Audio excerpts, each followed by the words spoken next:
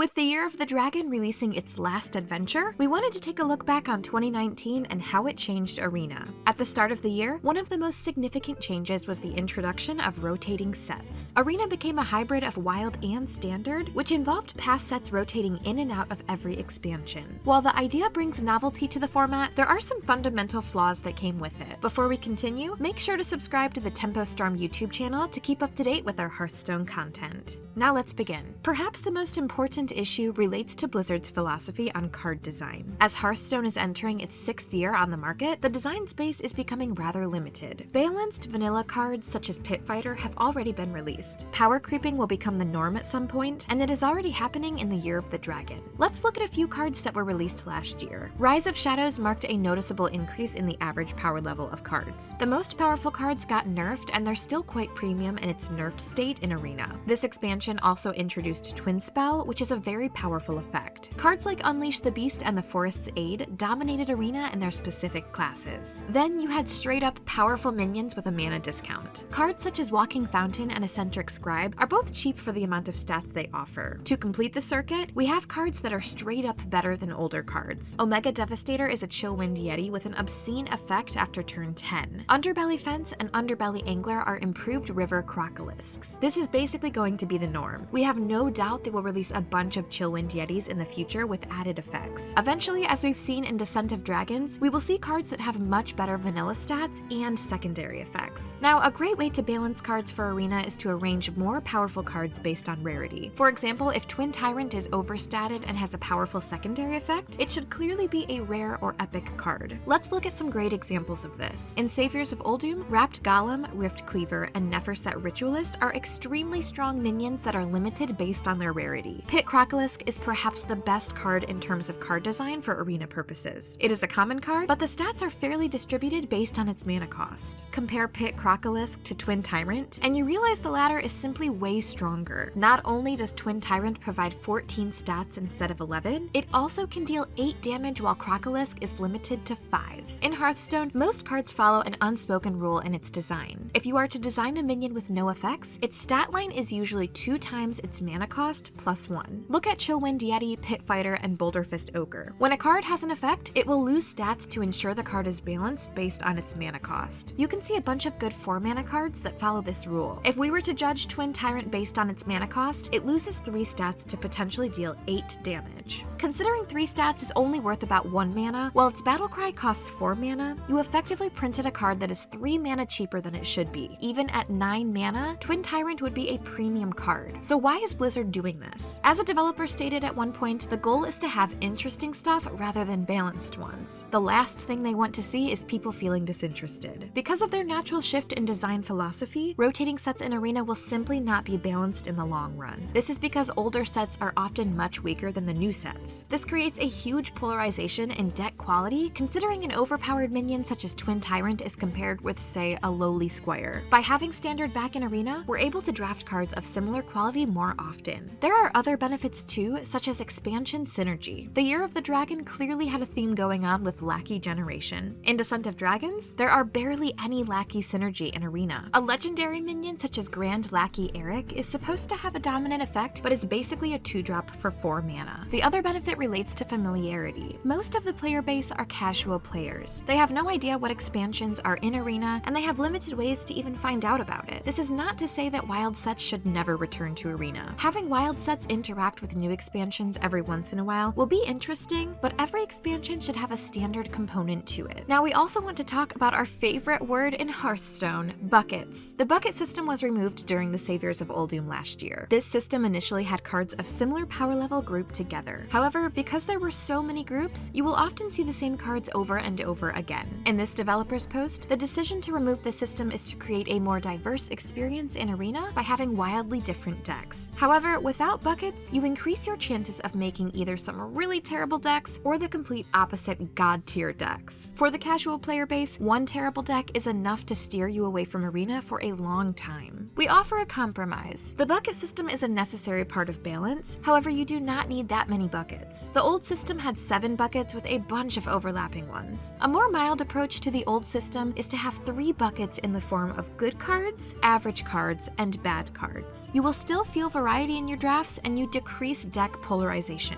Lastly, we cannot talk about Arena without its leaderboard. This is a board of the top 200 players that have the best consecutive 30-run average every month. This system was implemented back in 2017, and we had a bunch of notable Arena players hitting the top 1 spot. For competitive players, a leaderboard is a record of your hard work. When you top the list, it shows you just how far you've gotten in this game mode. While competitive players are by no means the majority of the player base, this small highlight really kept us happy. In the last quarter of the year, the leaderboard became entirely absent. We expect a new, perhaps automated system to be ready for us in the next Hearthstone year, but this is a must-have feature if Blizzard wants to keep Arena around. Unlike Tavern Brawls, Arena doesn't change too often, and the players need some sort of incentives to keep playing. Speaking of game modes, Battlegrounds is the new game mode that really grabbed the attention of many players, even those who were retired from Hearthstone. We also have seen many Arena players make the transition as well. For now, if Blizzard still wants to keep Arena around, this is our summary of what should happen. Number 1. Rotating sets likely need to revert back to standard. Wild sets should only be reintroduced during special occasions. Number 2. The bucket system or something similar needs to return to decrease deck polarization while also making draft choices interesting. Number 3. A leaderboard, perhaps an automated one, needs to come back in the new year. While Battlegrounds will thrive nonetheless, it gives some extra incentives for people to continue playing in Arena. And this is it for our analysis of 2019 for Arena. What features do you want to see in 2020? Should a bucket-like system return? Is rotating sets something that should be kept in Arena? Comment below, and as always, like and subscribe for more of our quality Hearthstone content. See you all next time.